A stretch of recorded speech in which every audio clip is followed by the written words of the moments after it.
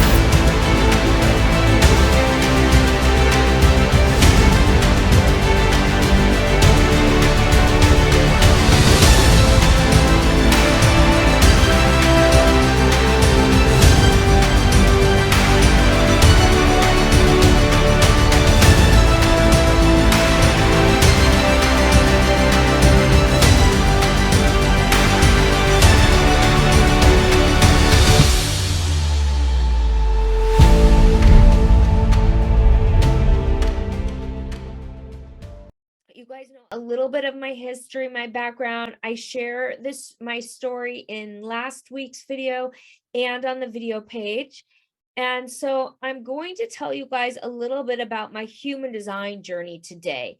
And for those of you who are new to human design, I want to express to you a little bit of the depth and the process about living your design and why it's so important. So I came to human design in a time in my life when I was at a breaking point. I was working in an entrepreneurial corporate environment, and I knew that I had a higher calling and a bigger calling. But everything I tried left me confused.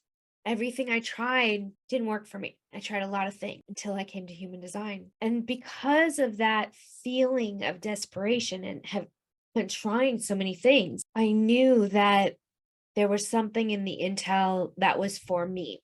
I wonder if you guys are feeling that. There's a pull, there's something you need to know. At the time I came to human design, I had decided to do an investment in a business to get me out of my corporate situation. I thought it would be passive income. And I was very, very wrong about that. It was 20 hours a day away from passive income, meaning my life was consumed by this business that I had purchased. And I was in a desperate place. I had invested my life savings, and the business took up all my time, all my energy. My accountant said, "You're going off a cliff here, girl. Like, you could lose it all. Your house, your everything, your car, everything." I had a manager that was stealing from me. We didn't know where the money was going. It was a dark time. I was driving on the 405 freeway. If you know LA, you know that driving that freeway during bumper to bumper traffic, and this was before 2020, it's a nightmare. And I was just crying at the wheel. I was desperate. I was tired. I was frazzled. I had all my money invested and I was crying. Part of the reason why I was so desperate was because I had done so much work on myself. I had gotten my master's in spiritual psychology. I was in doing therapy. I had worked with enlightened teachers. I had spiritual awakenings. I had worked with shamans. I was so on a spiritual journey. And a moment of peace came through, a moment of clarity. You're a projector in human design. That night, I decided I was going to let the chips fall where they may. I was not going to get up. I was not going to go to the store. My accountant said, "You need to get in there and you need to go from start the day, the minute the doors open till they close, and see what's happening in this business." And I was like, no. In human design, they say if you live the way you are designed to live, your whole life will work out for you, including money, including time, including all of your energy, including everything. It will all work out for you. She likes to sit. Sorry. So I woke up the next day and decided I was going to study human design. And I memorized things and I learned things and I had all these ahas and I was like, oh my God, oh my God, oh my God. This is for me. This is mine. This is what I need. This is it. This is me. And I studied and I studied and I learned. But what I didn't understand was that was just the beginning. And I even got certified. People were already coming to me saying, I want to know about my gates. I want to know about my channels. Help me, help me, help me. And I was like, I don't really know it yet, but they wanted it. They wanted it. They were hungry for it, just like me. I was telling people about their gates and their channels. I came to a splenic projector like me who was living a very interesting life. He wasn't as flashy. He didn't have as much marketing. He didn't have as much businessy stuff around, but I got on the phone with him and I felt his aura go through me. And it was the first time I felt that type of aura. And he said, Raquel, you may think you know human design, but you don't know how to live as a projector. So what I began to realize is that's when my true initiation kicked in, when I decided to stop and live as a projector. I slowed down. I completely deconditioned from the generator world, which is not something you do once. It's not something you complete. It's an ongoing process. It is constantly happening. Anyone who has a voice in their head, they're still deconditioning. It is a process of awakening every center through the human design world. The human design world is saying we evolved from the 7-center to the 9-centered being. This is a new body graph. It's a new vehicle intelligence. The INTA was designed for the times that we are in now. As we are moving towards 2027, there's an awakening that needs to happen through the 9-centered being, through every single one of your centers. And it is an ongoing journey of awakening. It is an ongoing process as we move towards 2027 when we are shifting the wheel. So I want you guys to know that the journeys we are taking you on through the center meditations are a process of awakening and igniting each center through a Kundalini awakening and energetic experience, merging with the human design intel, meaning you're going to be able to do these centers in the defined or undefined area. And you will learn how to live as a healthy expression of this defined and decondition from the undefined as an ongoing process. So what I'm going to do is I'm going to share my screen. And as you guys know, we like to begin with this process so that you guys can feel the power of shifting to the vehicle intelligence. It's a process. Okay, it's a process. Let's begin with our centering process. All right. Let's go ahead and take in a breath. All right, you guys go ahead and take in a breath with me.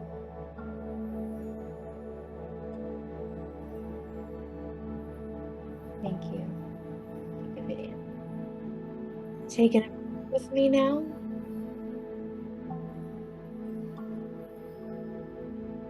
Taking a breath with me now, everyone. Close your eyes. And let's just let whatever is happening, the tech glitches, whatever is present, just let it be here and let's just sit with it. And sit here with the beauty of this moment. Everybody who's showing up, everybody who's been involved in this event, everybody who is here now, everybody who is listening to the replay. This is the power of co-creation. When you show up willing to grow, to expand, to learn. I want to honor each and every one of you. I am so grateful for your time. I'm so grateful to share this journey of awakening with you and stepping into the power of the 9-centered being. This is the vehicle intelligence taking over the life and allowing the mind to evolve to its next place where it is not in control, and it is not the power source, and it is not the decision maker, and it is not ruling the world. We wonder why we are in chaos. We wonder why we are in fear. We wonder why the world is in the state that it is in. It is simply the confusion of the mind. Because when we pop into this vehicle intelligence, the witness, the presence, the higher intelligence, everything is aligned in perfection. Everything is unfolding perfectly. Everything is as it should be.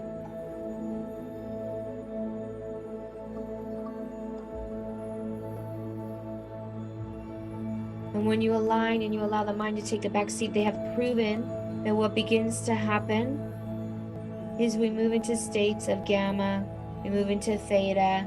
The mind can remember things. We have awakenings, we have visions. We have connections to interdimensional guidance and guides, similar to what Rob pulled in called the voice, which downloaded all of this information. We all can tap into that. So I want you to feel the power now in that. Take a breath in with me. And let go of whatever's thinking, whatever thoughts are happening, wherever you are wondering what you need to do next. And go even more powerfully into this moment. Taking a breath and allow yourself to move into that place where you are surrounded in the frequency of light. You're surrounded by all of your guides. They're holding you and lifting you into a place of infinite awareness where new ideas come in. Feel the expansion here. Feel the power. Feel what happens when you take it in just a little bit more and you let go of the day-to-day, the past, the future a little bit more. You take this moment in a little bit more and you feel the unique power in this. Your life begins to change when you open this door just a little bit more. You step through. Feel that, everyone. You are amazing. We are all here on this journey. Now come back into the body, come back into this space, come back into the here and the now. Thank you so much for the beauty and the presence of each and every one of you, for the co-creation that we are in. Thank you. And let's go ahead and dive into the intel for today. There we go. Now, if anybody is feeling like this is intel that you know someone needs, and you know that this is going to be powerful for them, I'm going to invite you guys, if you feel the calling. A lot of our work is done through sharing and through the word of mouth. If you guys feel called to share this video, I would be honored and grateful. We are doing a drawing today. We'll do it at the end for Are You a Mutant? The tee. This is my favorite tee. It is the baseball jersey. And we're going to do a drawing for everybody who has shared, everybody who has bought the book and bought the bundle. We did 5 tickets for the book. We did 10 tickets for the bundle. And we will continually do drawings every single week. Okay, so the book, by the way, thank you for everybody who pre-ordered Are You a Mutant? I am so grateful for everybody who pre-ordered the book. The book is available now on Amazon. If you guys need the link, we are going to put it in the chat, because the entire reason we are doing these dissertations every week is to celebrate the Are You a Mutant book launch. Okay. And we are taking you guys through the meditations through each center in the book bundle. And I am giving you guys the credit for the book bundle for any one of our classes. So it's a really, really great opportunity and a great deal if you guys would like to go ahead and get the bundle and get entered in the drawing for next week. So a lot of you guys were asking me for the link for the bundle, so that's why I wanted to make sure you guys had it. It's also 50% off. It's normally $444. It's 50% off when you pre-order the book. So I really want to thank you guys for pre-ordering the book. So what we're talking about today is not in the book and it's not in the bundle. Okay, this is new information. It was introduced last week and we're going to go deeper into it this week.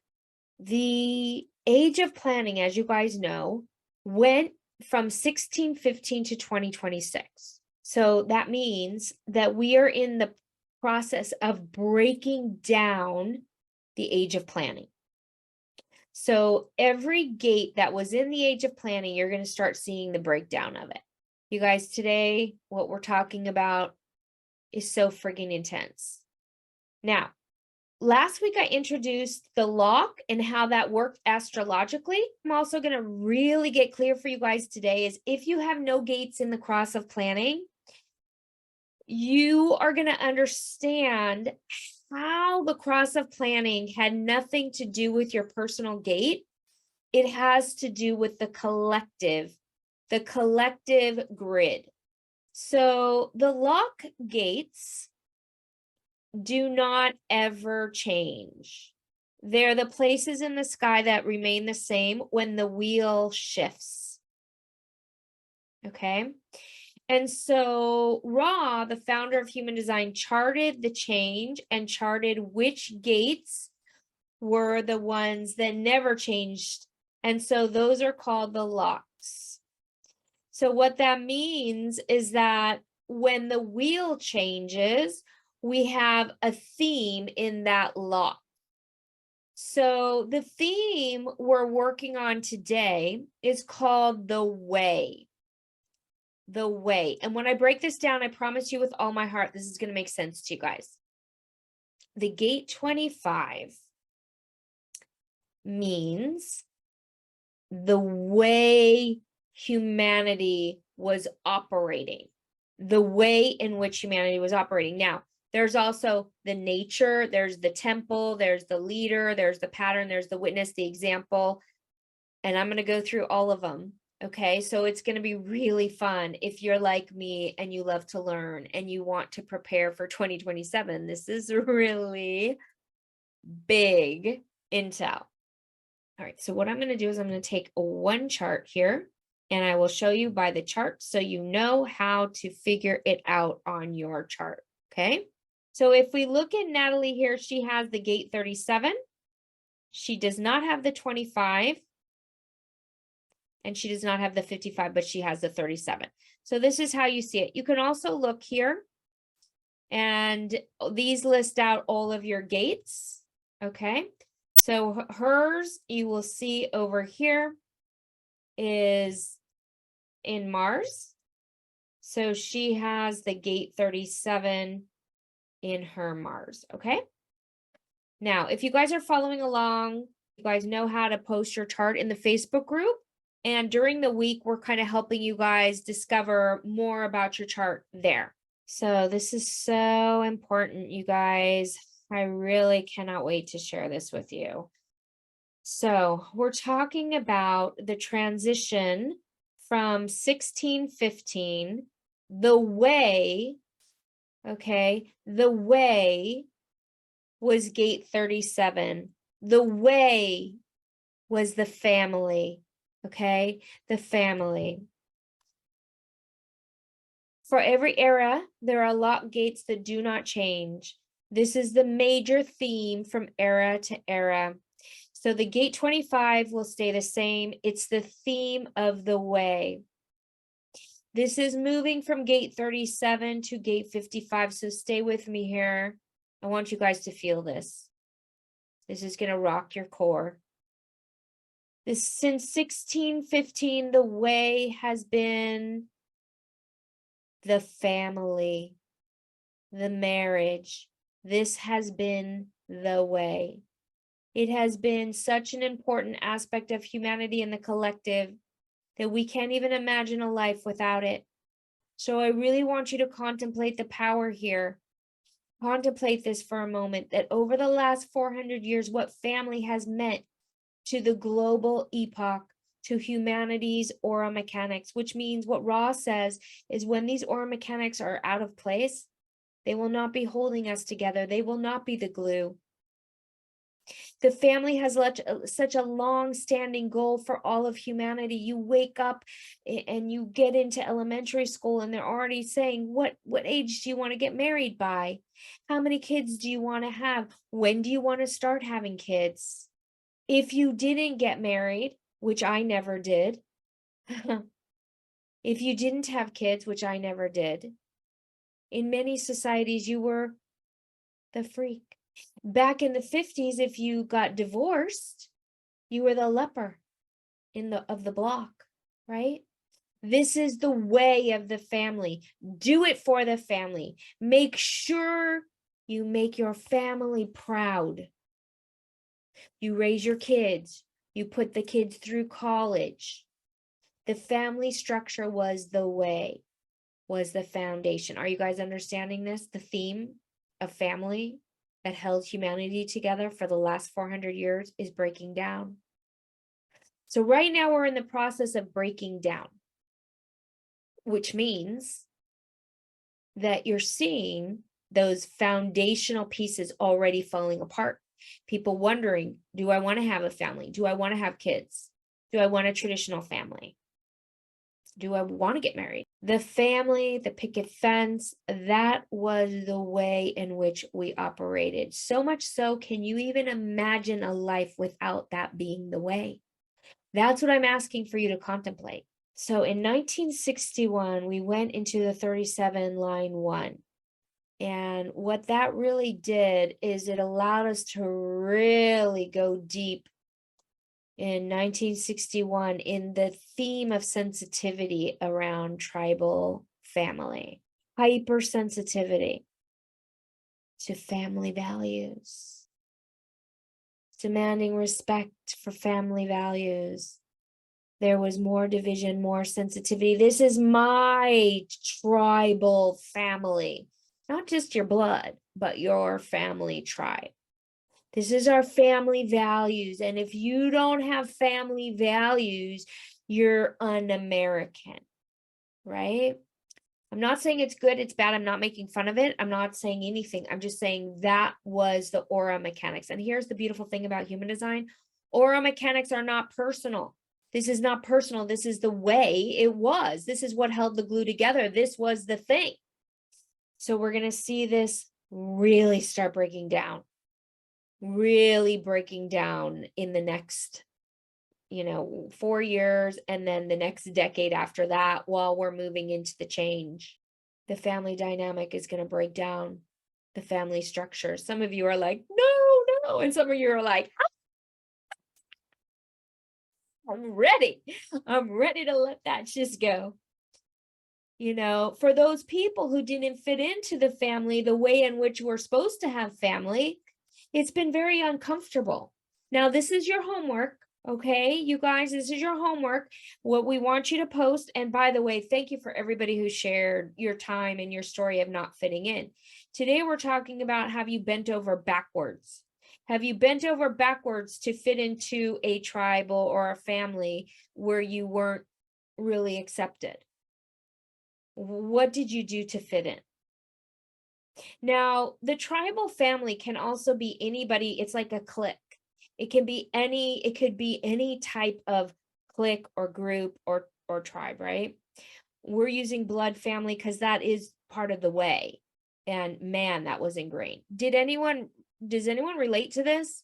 Did you guys see this? The family being the way, is that making sense to you? Are you guys seeing what has happened over the last 400 years? Do you recognize this? Does that make sense to you? Do you see the family as the way?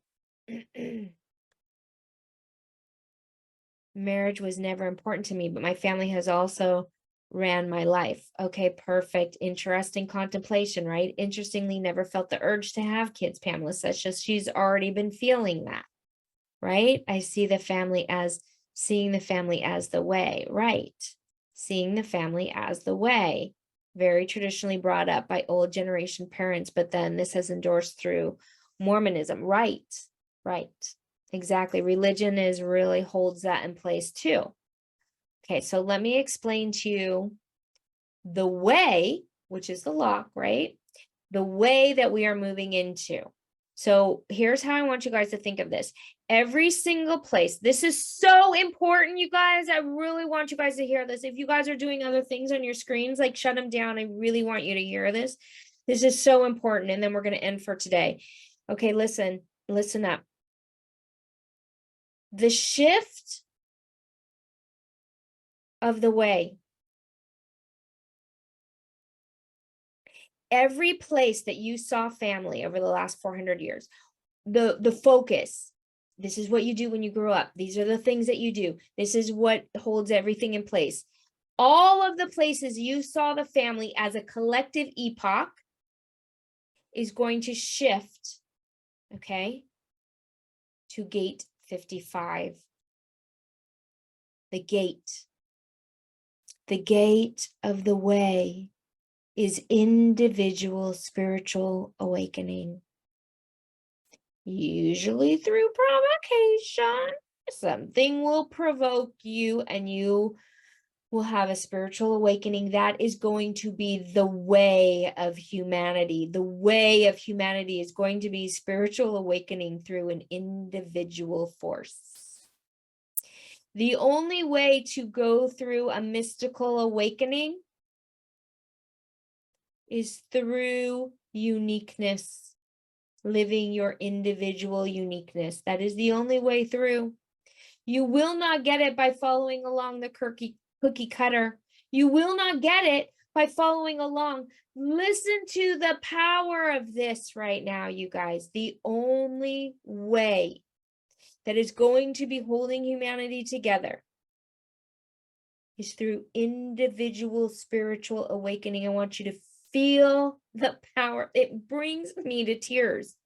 It literally knocks me to my core and on my knees and brings me to tears, and I'm crying.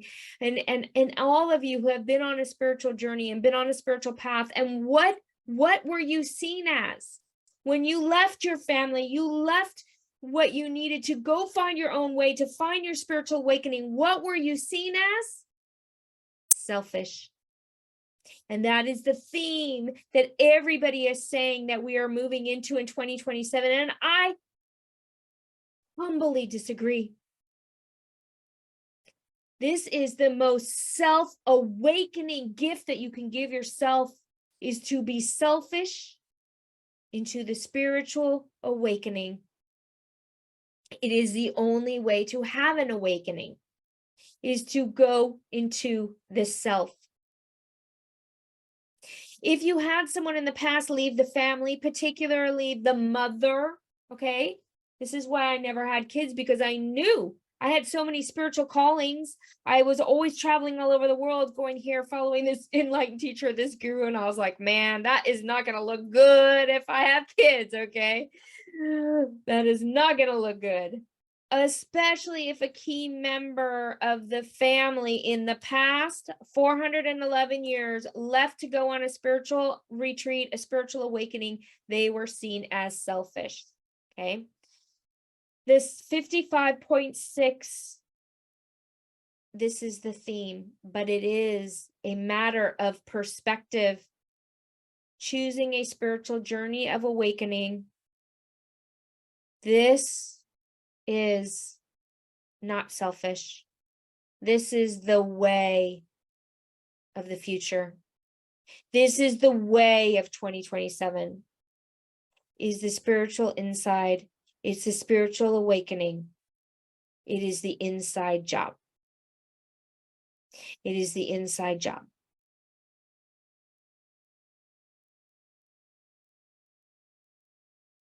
So spiritual awakening, internal, the integrity of the individual, is the birthing of the way. There's a misinterpretation that this is selfish, but not anymore. Well, maybe for the next couple of years, people may still see it as selfish. But by the time we get to 2027, guess what?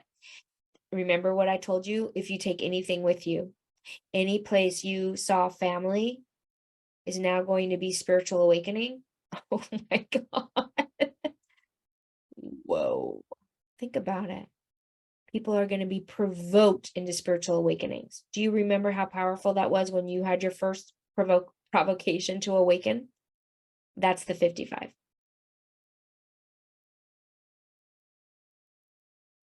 If you're trying to look at somebody else's path and be like, "Ooh, I wish I could channel like them or do what they do," it will never work for you.